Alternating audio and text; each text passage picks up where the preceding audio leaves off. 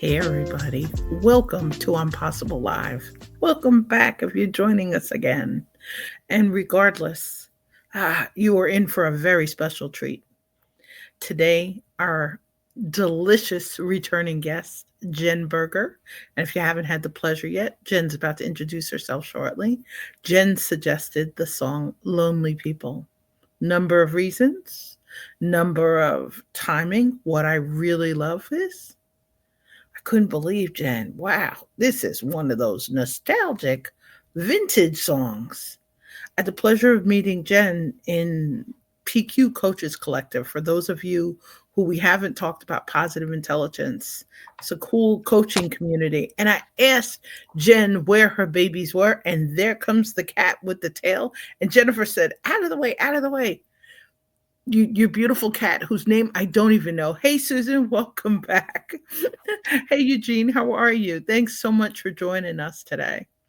And without further ado, ah, just like to dive in deep to some of Jen's amazing gems and the timeliness of talking about lonely people as we're approaching the holiday season, as we're approaching the New Year's.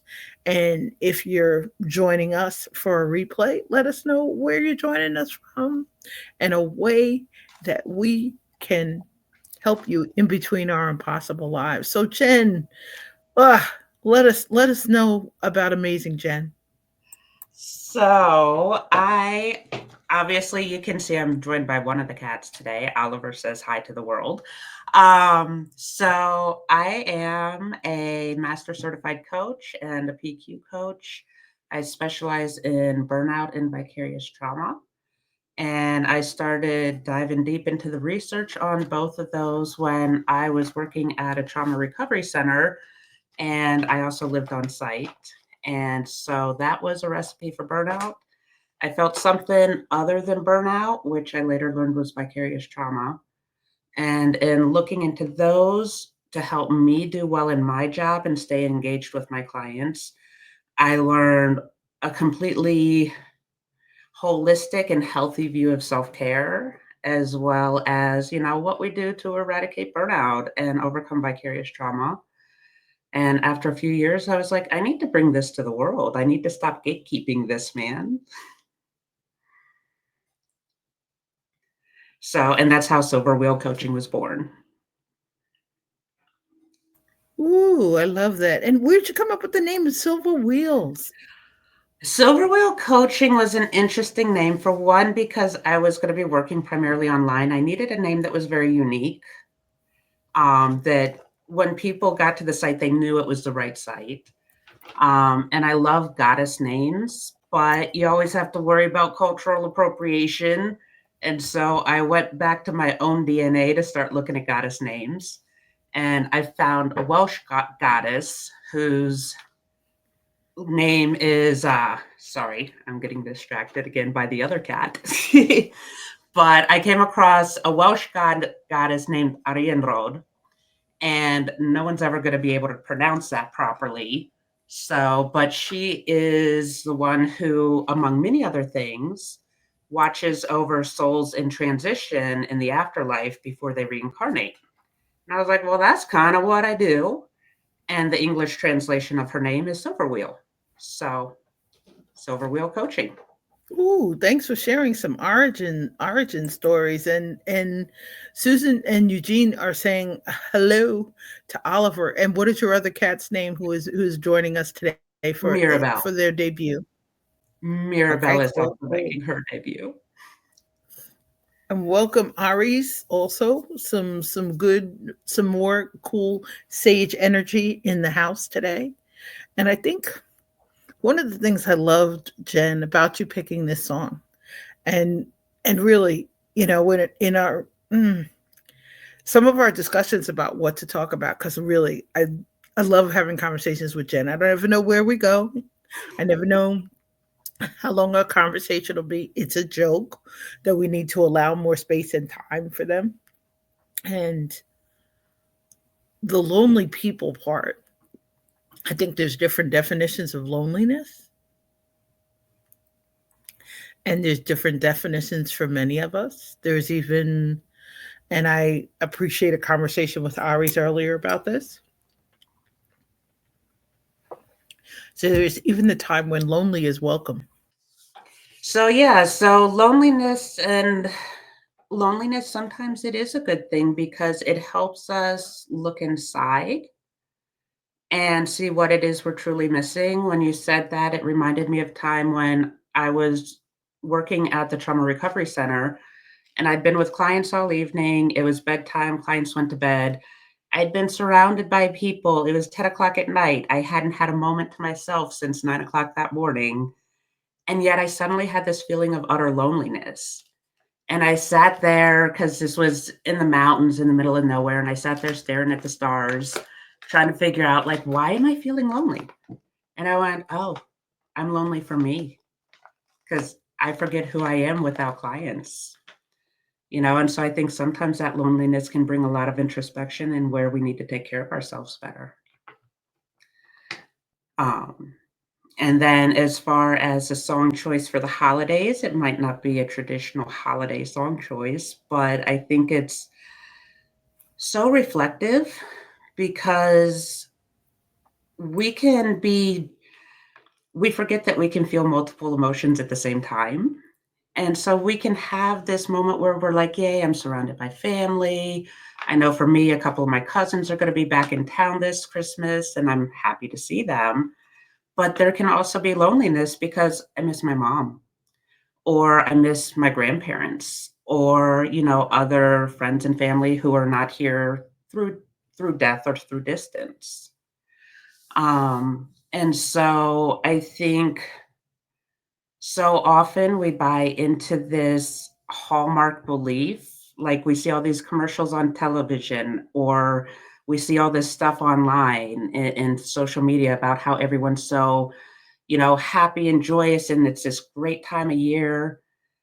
And we can still be sad, and that's okay. And we need to normalize that. And we need to reflect on that. And sometimes that loneliness can also come from, again, what society tells us we need to be doing and going from this party or gathering to the next gathering to the next gathering to the next gathering to the point where, like I was in Crawford that night, we don't know what we want, who we are. We're so busy catering to the desires of what other people say, what society says, that we're like, where am I this holiday season? Have I actually made the connections that are most important to me?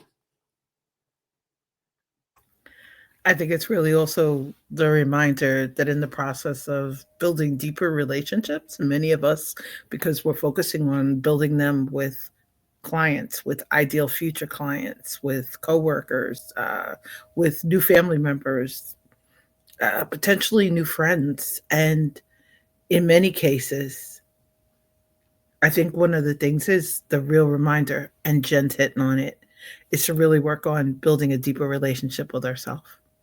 Sometimes we don't always make the time. I'm really grateful for an amazing series of conversations with Aries about this recently. And I think in the process, and especially around the holiday, we don't really pause. We don't really pause and make it a healthy pause, or in the process of looking at or reinforcing boundaries, because of the relationships that we have with others and the energies that it takes to maintain them, sustain them, develop them. And in some cases, there's really this deep energy exchange that we're having in the relationships that really light us up. And sometimes we really we really need to check where that fuel is coming from or to replenish it. I just made a promise to myself, and yes, Ari's, a pause, a healthy pause, because sometimes people think of pauses as you know uh, uh, stopping our movement, stopping what's moving forward or what's moving in a natural direction. And I think sometimes it's just a good time for a self check in from an awareness perspective, because we have a lot of environmental awareness. We have a lot of awareness of others, especially maybe over the holidays. But I think the real reminder, as we're suggesting, just redefine what lonely means, because sometimes lonely means you have a need for solitude, and to give yourself that space and that permission for it. And Ari's is mentioning something that came up in our conversation today. I was talking about the need to reflect more over the holidays. Sometimes you take a pause between journaling. You're busy. You're running around. You're doing stuff. You're not doing the things that maybe it's a good time to just check in and kind of really look at some of the patterns that we're building, and not just, and I'm kind of allergic to the question after hearing it from other coaches in the process of denying that I was a coach years ago. And people would ask you, how does that serve you? How does that feel? That for me was kind of like a cringeworthy statement, because I didn't realize in the process of trying to serve others that I needed to remember to serve myself. So I really love what Jen's saying, because we really think about it from the burnout perspective. Some people think of lonely as something to avoid. Sometimes you just need some solitude. I am a manifester in human design and need to recharge the batteries. But on the other hand, I think that sometimes that process of identifying, sometimes in there may be a pursuit of loneliness for a little bit, and the holiday sometimes is a good time to cherish that, to dial in, to really make some space for us so that we can recharge. What do you think, Jen, and where should we go? So, I mean, that was a whole lot. So, I mean, yeah, as far as recharging, I think I think that's one thing that societally we're kind of not allowed during the holidays. And you and I always joke because you're a big old introvert and I'm a big old extrovert, but extroverts also need time to recharge. Like we need that space, we need that time to process. Um, and so I think that's an excellent point, and I think that's a huge part of self care, because taking that space to really define, even if you don't like the term, how does that serve you? I tend to phrase it slightly differently myself, and, what's in your best interest? Is it really in your best interest? Is it healthy for you on a mind, body, soul level to be constantly going? And is it healthier for you to take that pause? Because wintertime, if we I was raised a farm girl. And so if we look at like healthy, sustainable farming, wintertime is a time for fields to replenish, but also if you're farming and you have large property, like you have fields going, different crops growing in different fields, and every year you let one field lie dormant because it needs that full year to replenish. And wintertime is also that time of replenishment for us. In the summertime, there's daylight and it just promotes going all the time. Wintertime, the days are much shorter. We have winter solstice on the 21st, the shortest day of the year, the longest night of the year. And this is our time. Like, this is a natural call for us to go internally and say, okay, like, what have I done over the last year? What can I reflect on?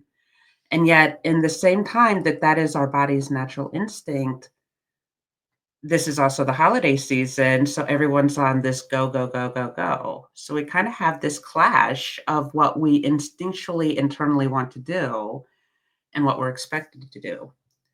And so, one piece of advice I have for everyone is we're looking at the holidays and potential overwhelm and feeling pulled in all directions is watch for signs of resentment. Are you saying yes to things that you really want to say no to?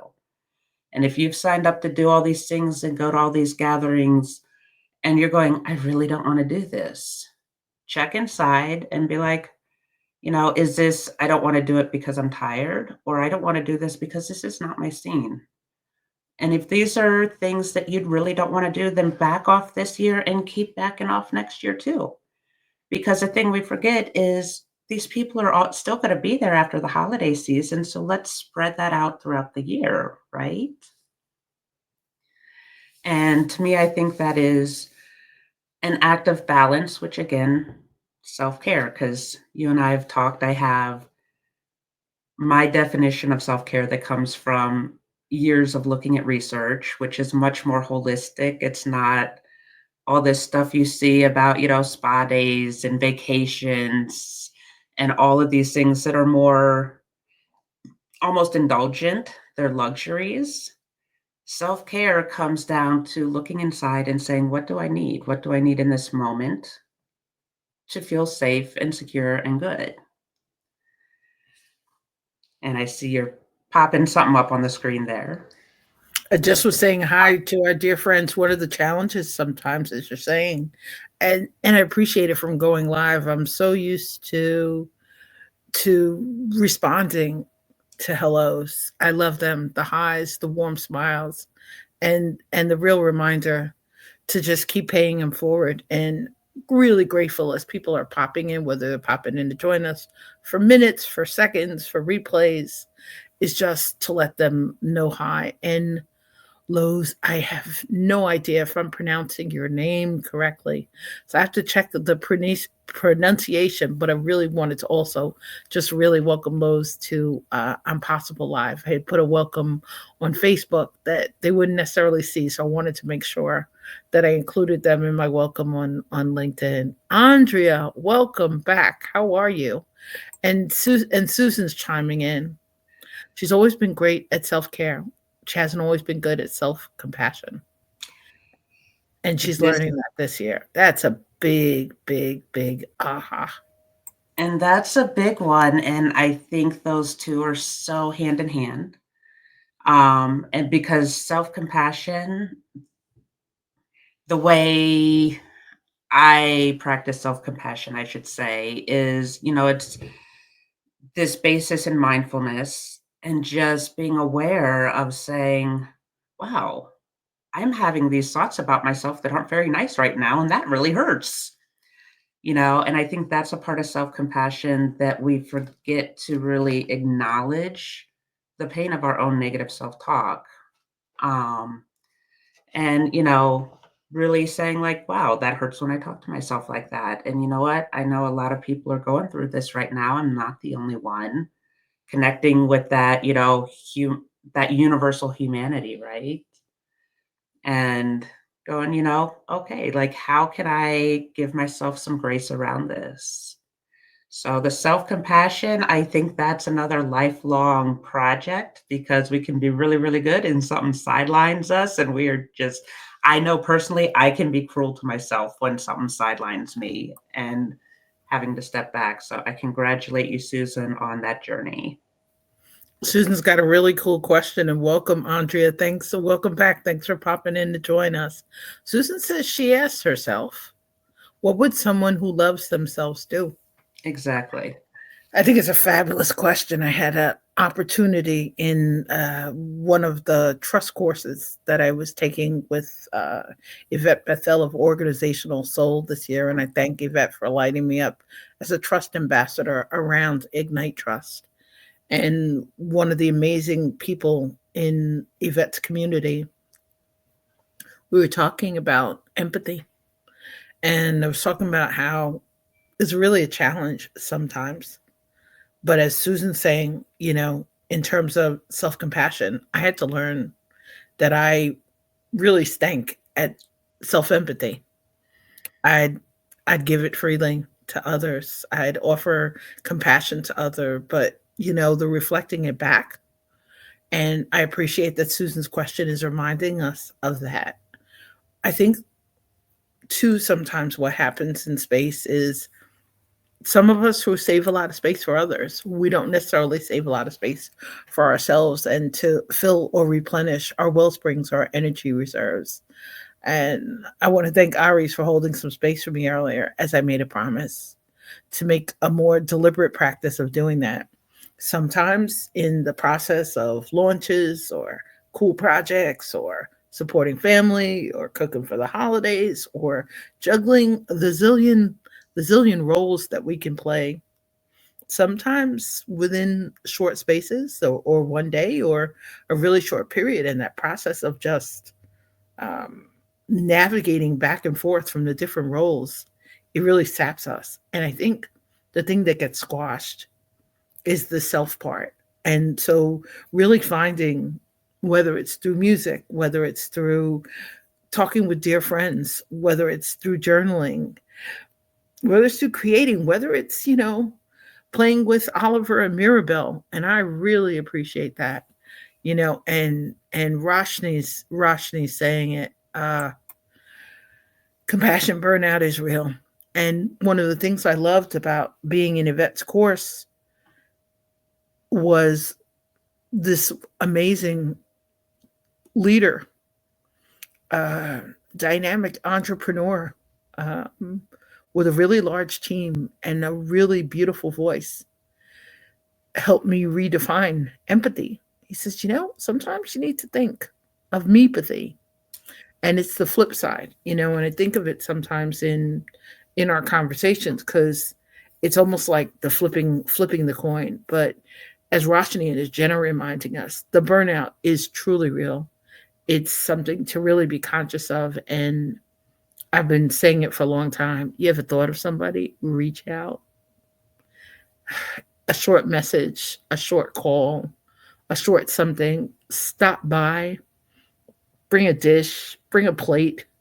If the person's nearby, send them something to just lighten and brighten out, because many of us don't recognize the signs of burnout until there's no flame. Until there's no flame. And the other thing with compassion, burnout is real, combined with what you're saying is, this is something that a lot of people find irritating. So I'll preface with that. But we cannot truly be compassionate and empathetic towards others, or nor can we truly love others until we can truly love ourselves and be truly compassionate towards ourselves. And that is a mic drop. One of the things I love too, and this is truly one of my favorite colors, and I'm really reminded of it, from hanging out this weekend for a little bit with Shel Shapiro and Charlene Brown, who are amazing guests as well as talents. And I'm grateful Shel put up a cool post after a couple of years of engaging and really spending some time behind the scenes. We had a chance to meet in person.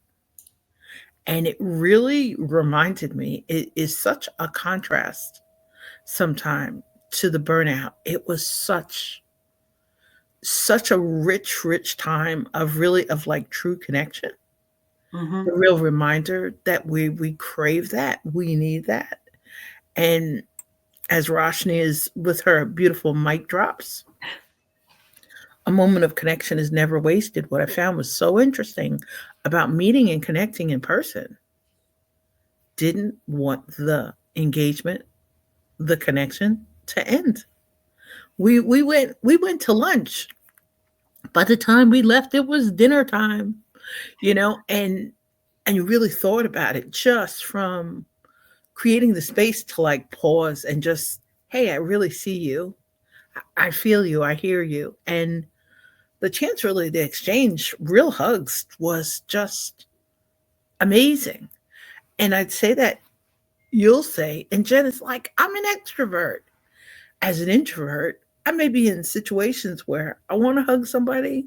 You're working up to hugging somebody. You may not quite be there yet, but I really, really, Lisa, warm welcome back, and thank you for joining us. And Roshni, thanks for the party and the mic drop. You And reminded us this isn't something we talk about, and we really should have more conversations like this. And if you haven't had a chance, check out Roshni's podcast.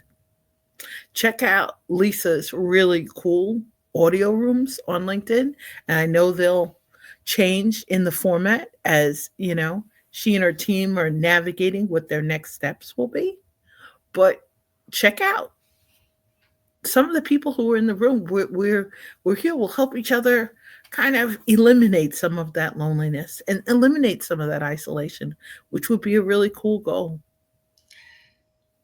And, one of the things you were talking about with connecting one on one, I had to laugh the other day because I needed to get something notarized. So I went down to the library, which is, a 5-minute walk from my house because I live in an itty bitty town.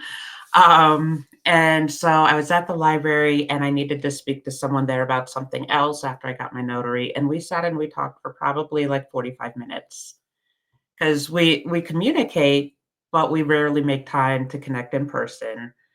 And as I was walking home, I was laughing, going, yeah, that's what happens when you lock an introvert or an extrovert up in her house for a couple days, where I have these kinds of conversations, but the energy is different because you're like really feeling that energetic exchange a lot more in person than you do through, video over the phone.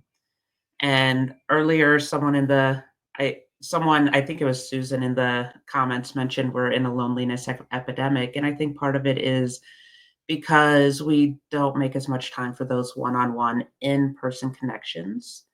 And those are important. But again, when we're looking at overextending ourselves, right, we have to find that balance. We have to find the balance that works for us personally of how much can I do in one day? How many people can I see in one day? Because I tell you what, when I was younger and doing totally different work, I could be surrounded by people 24 hours a day. Now that I do work that's a lot more in depth and the connection is much, much deeper and much more vulnerable, I have to really pay attention because even as an extrovert, I can get very drained quickly. And so having those in-person connections, at least a few times a week is important for me. Um, but again, that's that part of self-care that we tend to throw out the window during the holiday season is finding that balance. Because in the holidays, we're convinced that we're doing everything for everyone else.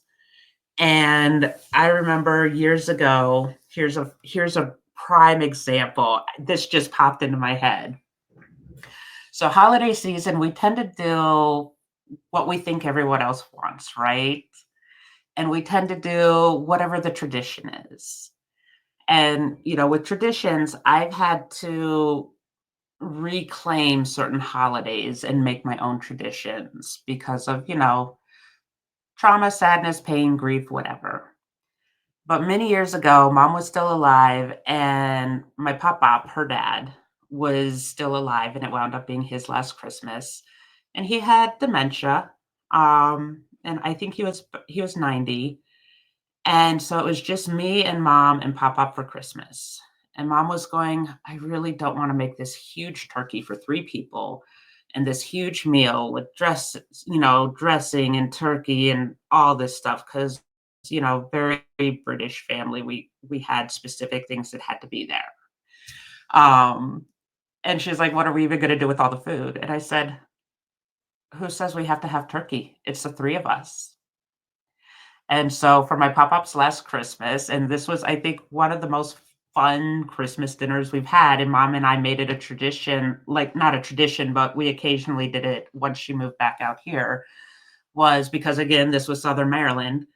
And I live in Colorado, and so I miss things like seafood, and it's Southern Maryland. So we went down and we got some blue crab and brought it back, and we got a bottle of wine, some blue crab, some baked potatoes. I forget what vegetable we had, and we had crab cakes and baked potatoes, and that was our Christmas dinner. And you know what, that was the most amazing Christmas dinner.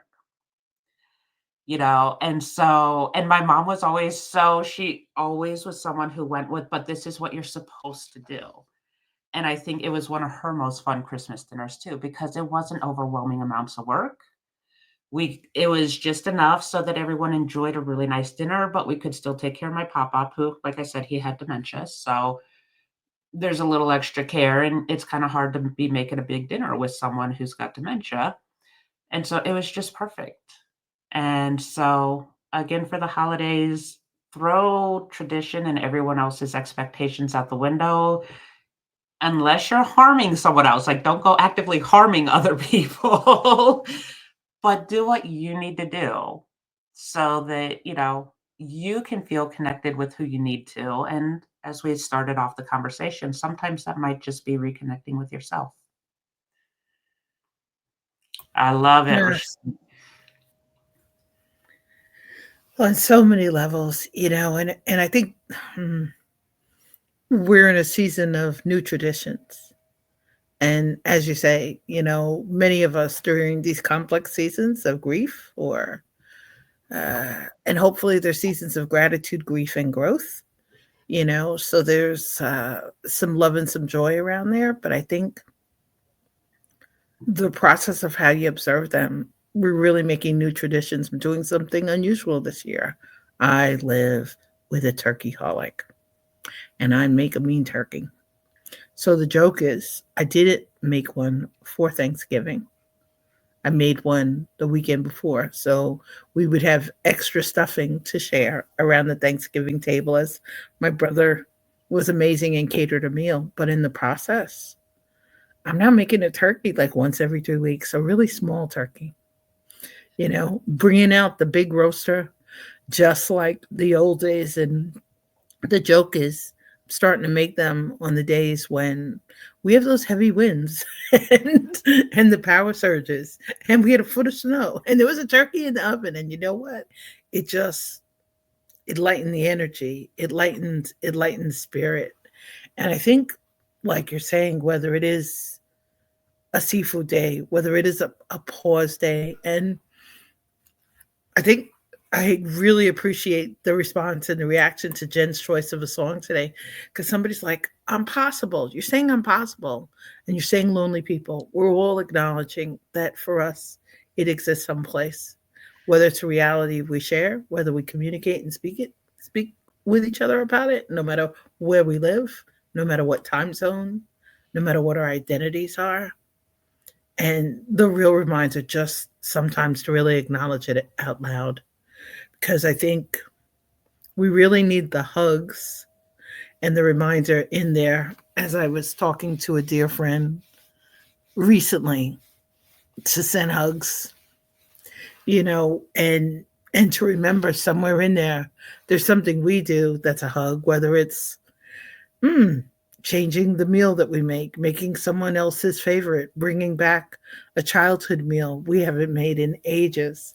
And I loved it because in the conversation with Charlene the over the weekend over lunch, we're remembering some childhood things, that hmm, there aren't too many kids who can remember people from the islands making some authentic fruit cake or Nice. or black cake from the islands, and I had no idea that that's what it was called. All I knew was somebody had been baking, they were smiling, people were eating it, there was joy, there was laughter.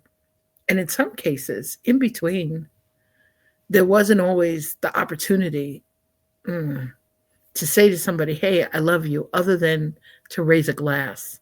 And so I really want to take a pause while we're doing this and raise a glass to those of you who are joining us, who are popping in, whether it's live or for a replay. And you're popping in no matter what your day is like, and you're sharing you with others to really brighten our fragile world. I And want to thank you for that. I also want to throw in, for the song choice, listen to the lyrics. It's not a depressing song. It's, to me, I've always found it to be more inspirational. As he's talking about, don't give up until you drink from the silver cup, and it's always been, because I remember from my childhood, because my parents raised me on that music, and sometimes it would make me cry when I was really sad, but it still gave me hope. And I think that's what the song is about, is even if you're having a rough holiday season and you feel alone and there's tragedy or there's pain and there's sorrow, you're not alone. And we talked earlier about self compassion, and that is that common humanity part of self compassion is no matter what we've gone through or what we are going through, there are other people who have experienced it. None of us are so terminally unique that we're experiencing something that no one else on this planet in the long history of humanity has never experienced before. So we're not as alone as we think we are. You And remind Thank you, Jen, for that. yeah, so, you know, it's meant as an inspirational song, which was, maybe a little nicer than my other choice. It was also the similar thing. She knows my other choice So because I'm smiling. I love it because your other choice took me back um to being a child and the religious elements to how we celebrated the holidays. And and the other choice also looked at, yeah, we think that holidays are supposed to be perfect, and then let's look at our actual family dynamics and wow, you think your family's messed up? Let me tell you about mine is one of the lines from that song.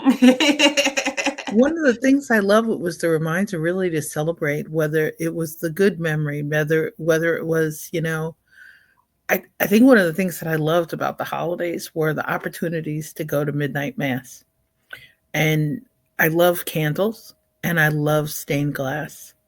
And I was the kid that in between listening to the choir and looking at collection plates. And I think I also loved midnight mass because you came as you were.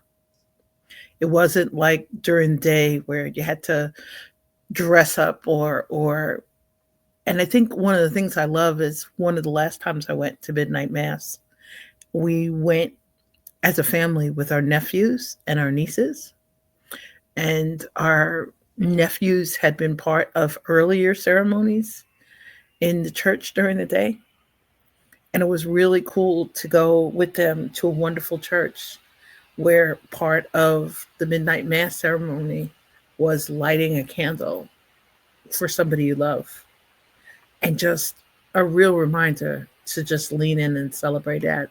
And it really is one of the magical memories. But I was smiling over the weekend looking at a commercial, and it was interesting. It was what kind of caught me was I think it was during a holiday, one of the holiday shows or a holiday version of one of the weekly shows we watched. And I was reminded, as family members are moving in together, younger family members around the holiday, and they're preparing to welcome new family members, which is really exciting, and blending households. And one of the things I laughed was there was this uh, amazing dishware, and it was like a stackable dishes. I have no idea. I mean, all the years of like products and colors and everything. I love this because it looked like the perfect dish set for someone who had no cabinets and had no space. And it almost looked like the bowls were upside down and it turned the dishes into a stackable work of art. And I just laughed because the colors, I have to remember now during the light of day, the colors reminded me of stained glass. And I just loved the reflection of them. And if we could share that part, the reminder that in those moments of isolation, in those moments of quiet, in those moments of loneliness, reach out to somebody else who can reflect your wonderful light back to you. And especially on the days or the times when we're not necessarily feeling like we have the energy to light a candle for another, but to just reach out and share some of that grace. And remember, Roshni, Jen, Heather Travis, some of our other amazing guests, they've mentioned burnout. They've mentioned compassion. This is part of the amazing coaching services that they offer.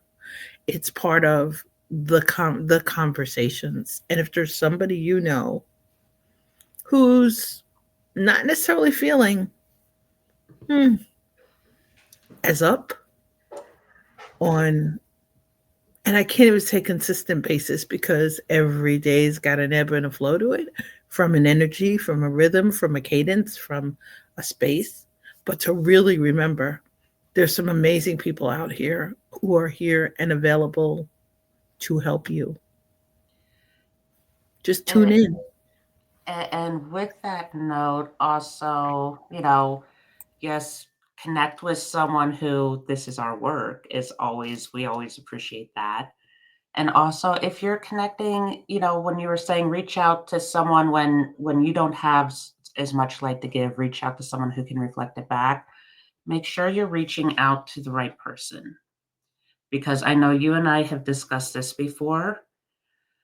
Last year, I went through, you know, pretty deep, sudden grief and loss. It was a bit overwhelming, with a lot of back to back to back to back deaths. And I reached out to people who are my friends, but no one knew what to do with my grief. And they would change the subject, or I'd be like, I'm sad. And they're like, okay, yeah, I went up to Black Hawk last week. I'm like, what? And so what I realized after the fact was they were so used to me taking care of them, they didn't know how to hold that space for me.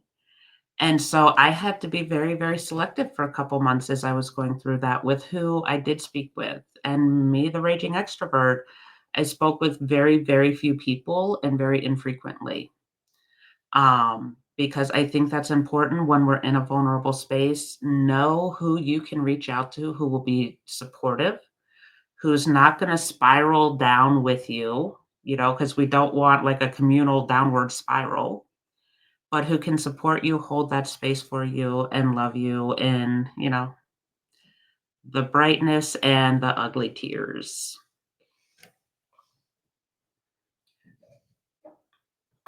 And somewhere in there, there are, as I was saying earlier to a dear friend, there's the real big difference between warm tears, salty tears, the releasing the toxins, and I'm telling you, because the right people are definitely popping up.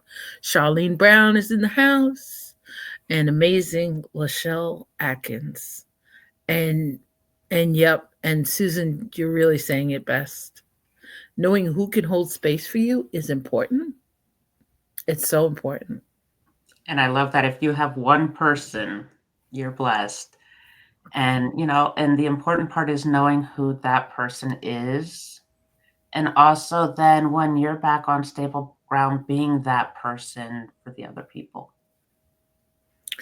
And Charlene saying grief is so difficult to go through a whole space for, and it is because it's so personal. You never know what a person's journey is going to be like. I was really grateful for a call on Friday from a client I haven't spoken to in a while. And she knew what kind of year it's been. And as Jen mentioned before, about when you have a family member in that space of dementia, and you're honoring their life possibly through a lens that they weren't able to reflect back towards you, and in some cases in dementia with people we love who, mm, they may not necessarily remember our name or our role in life, and that's happening for a lot of people. But in this, mm, really complex season of grief, I'm really, really grateful to have located some gratitude, and gratitude so much that personally I'll close out the year again with celebration, gratitude, grief, and growth. And I thought I wouldn't revisit that. I thought I wouldn't go back to the space, but now I'm approaching it from the gratitude space. The time we spend with those we love, as our relationships transition, as we're blowing kisses, as I always do, to my guardian angels and the angels on earth. And Lachelle saying it too, about really reaching out to the right people rather than being harder on ourselves and simply knowing it's the wrong person. And in some cases, it might be the wrong time. And I appreciate. Lachelle, I think you're spot on there. I left that out. Is a lot of times we blame ourselves rather than, or we blame the other person, and it's not a blame game. It is they're just not the right person for this situation in this moment. And there's nothing wrong with me. There's nothing wrong with them. It just is.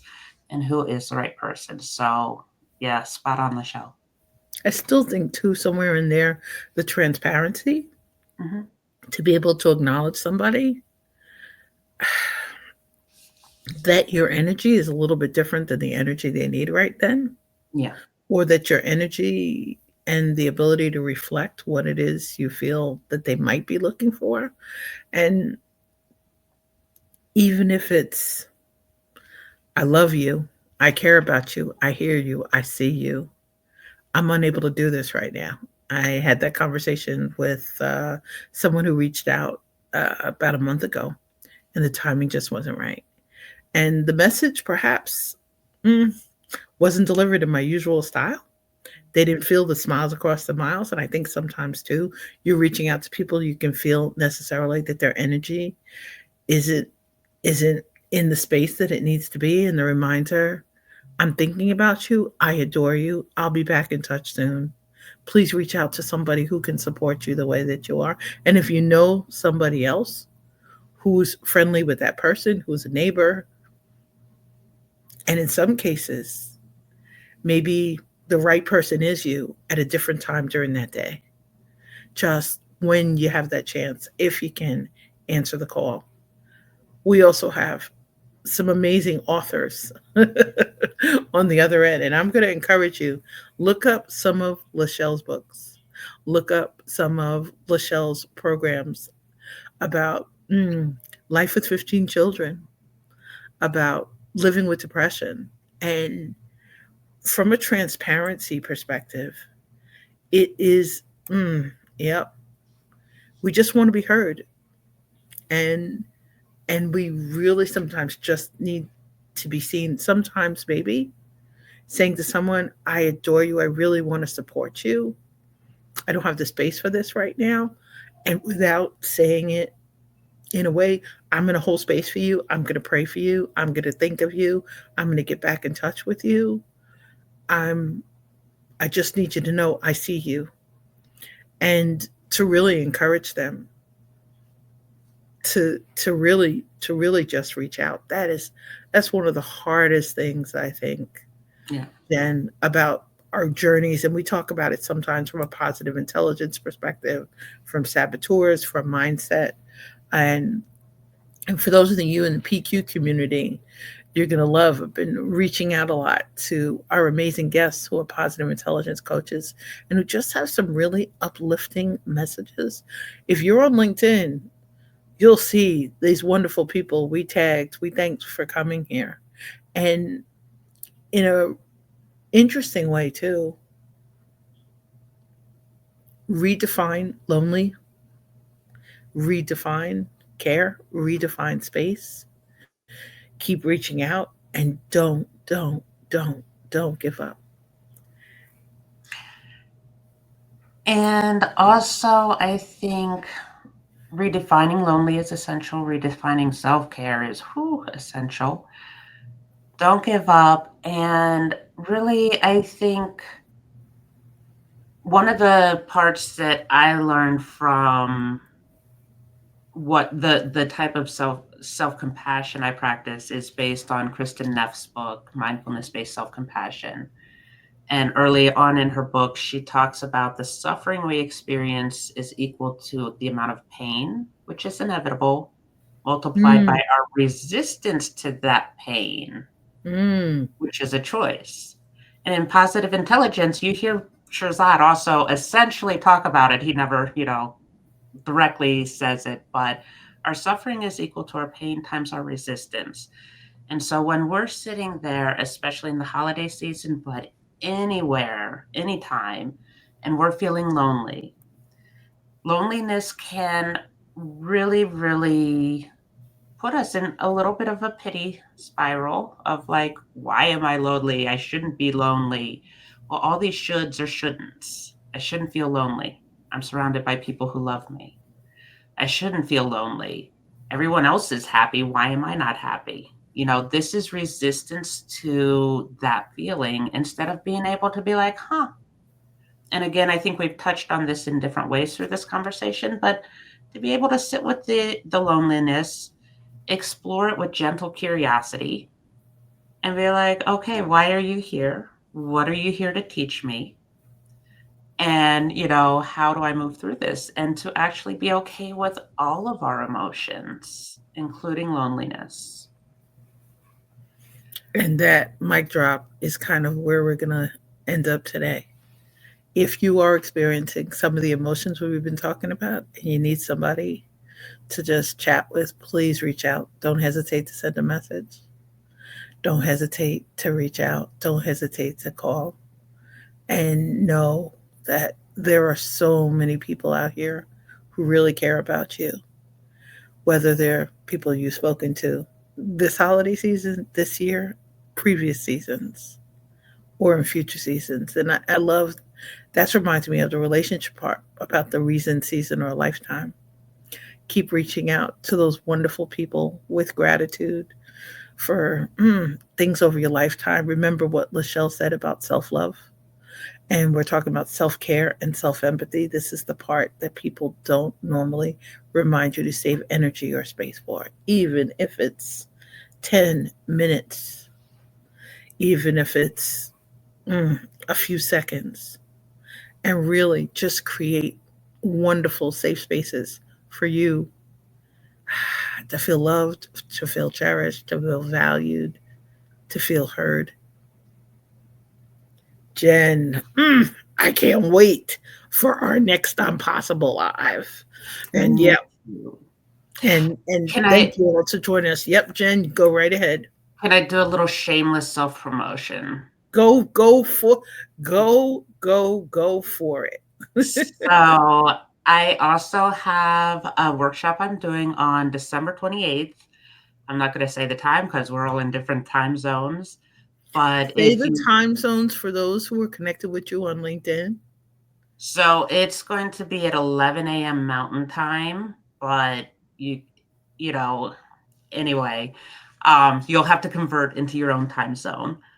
But I do have a post about it on my LinkedIn page. You can also find it under the workshops on my website, which is silverwheelcoaching.com.